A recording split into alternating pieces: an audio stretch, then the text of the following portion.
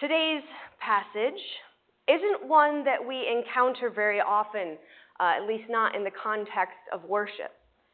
It's not in the Revised Common Lectionary at all. We wouldn't be reading this if we were still in the Revised Common Lectionary. And even here in the narrative lectionary, it's usually lumped together with the healing of a different paralyzed man, which is a much better known miracle that is in the Revised Common Lectionary. It usually gets all the attention. In fact, I had a lot of trouble finding any sources or commentaries whatsoever that could provide insight to me about this story from the end of John chapter 4, which I think is unfair. Why should this man and his son be neglected and forgotten? Sure, as a royal official, he was a Gentile at best and an instrument of Roman oppression at worst. Either way, not a member of Jesus' community.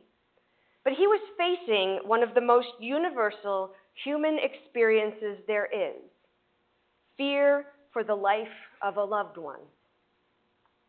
What I see here, and maybe you see the same thing, is a man desperate for something, anything, that would save his son.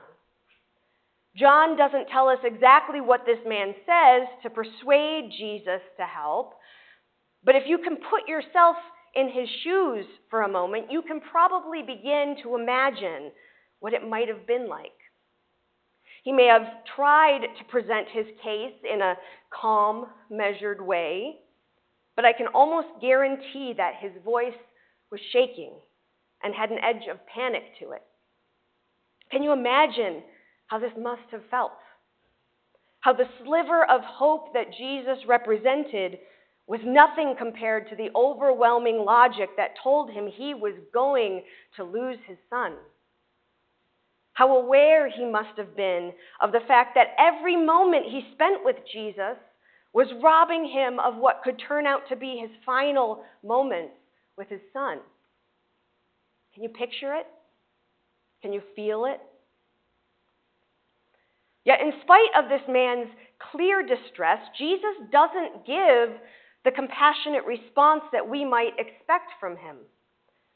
You people are all the same. You demand wonders and miracles as proof before you're willing to believe anything, he grumbles. As jarring as this response might sound to our ears, it is actually consistent with Jesus' message in John's Gospel. After all, Jesus later goes on to chastise Thomas the doubter in chapter 20 for this very same thing, for refusing to believe in the resurrection without seeing the evidence himself. It almost seems like here, Jesus is concerned about what will happen to his theological principles if he rewards this bad behavior. Now, if you were able to imagine what the man's appeal to Jesus must have looked like, sounded, and felt like, you're probably not very surprised by the way he responds to Jesus' criticism here. Sir, I don't care about signs and wonders. That's not why I'm here. Please, please, just help my son. That's the only thing that matters to me. This man isn't trying to take advantage of Jesus. He isn't trying to set up a gotcha moment or to push his own agenda. Other people might have been, but not this man. All he wanted was for his son to live. It's difficult, or at least it is for me, to read a story about a man seeking what amounts to life-saving medical care and to not compare it to the current state of our own healthcare system. It's bad enough that costs are rising steeply for everyone across the board, but these days, the situation is especially dire for those who rely on Medicaid to access medical care for their families. In the interest of preventing waste, fraud, and abuse, and of mitigating budget shortfalls, both our national and state governments are considering dramatic cuts in Medicaid funding right now. I don't know if you read about this in the news, but this past Wednesday, more than 500 of the people who would be affected by these changes gathered in the Idaho State House to plead their case before lawmakers. Just as we imagined the royal official doing, they tried to be calm and measured in their testimonies, but some of their voices were audibly shaking as they shared their stories.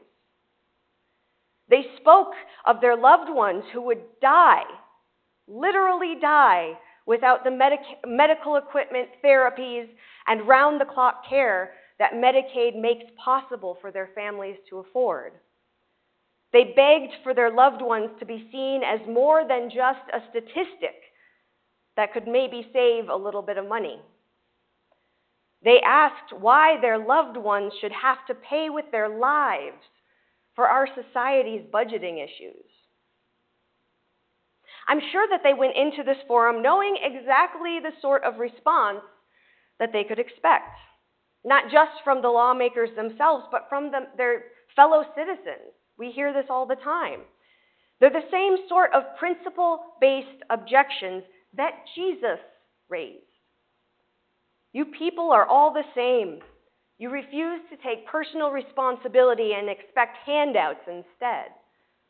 If we give you help, you'll just take advantage of it, and that's not fair.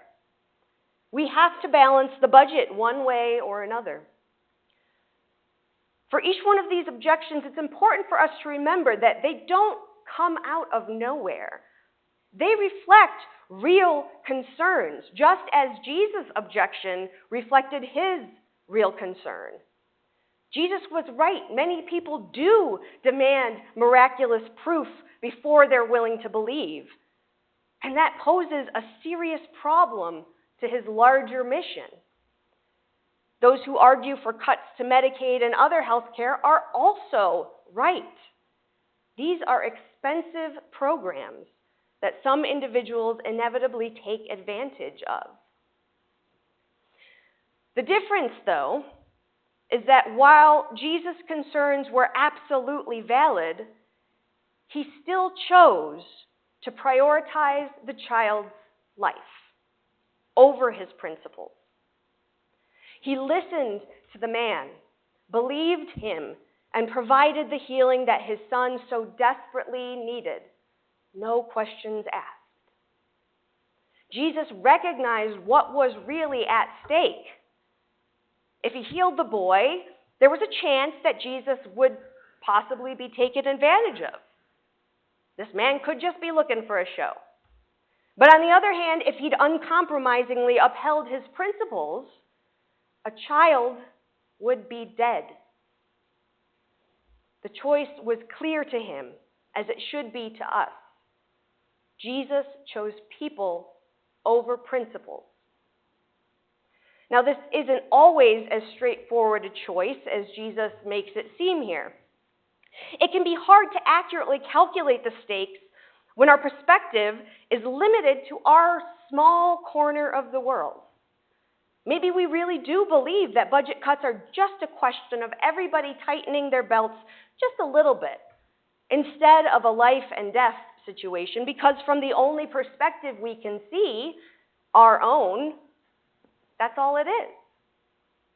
This human limitation is not our fault. It's part of being human.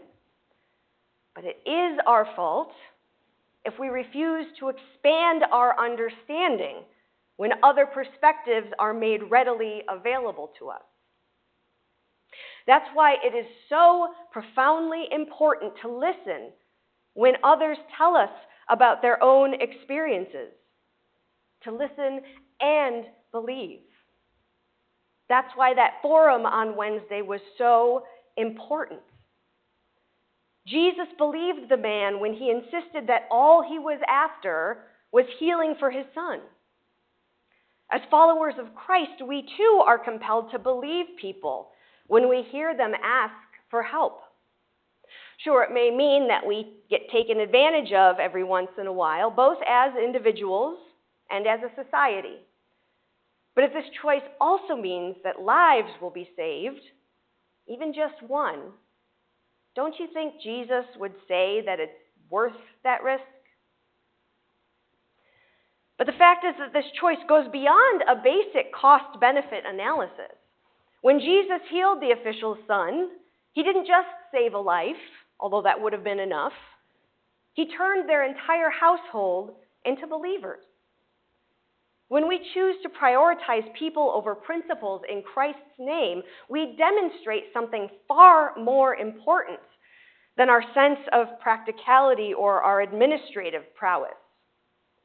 We demonstrate that compassion and strength are not mutually exclusive. We prove that with a little bit of courage and empathy, a better world really is possible for all of us. When we choose to prioritize people over principles, we're not only helping others, we're actively evangelizing. This is exactly the kind of thing that makes it possible for people to believe that the good news we talk about really is good news. The kind of thing that people want to become a part of. We are a resurrection people who shouldn't be afraid of taking risks for the sake of the gospel message. So why would we prioritize practicality and prudence in our dealings with others? How can our compassion remain theoretical instead of making it into an actual response to the real needs all around us? We wouldn't, and it can't. We are obligated by our faith to put people first in all aspects of our life, public, private, and everything in between. Therefore, let us be reckless and audacious with our love in Christ's name, with our care and our help, even when logic and our instincts tell us not to. People over principles. That's how Jesus lived his life. So how can it be wrong? Amen.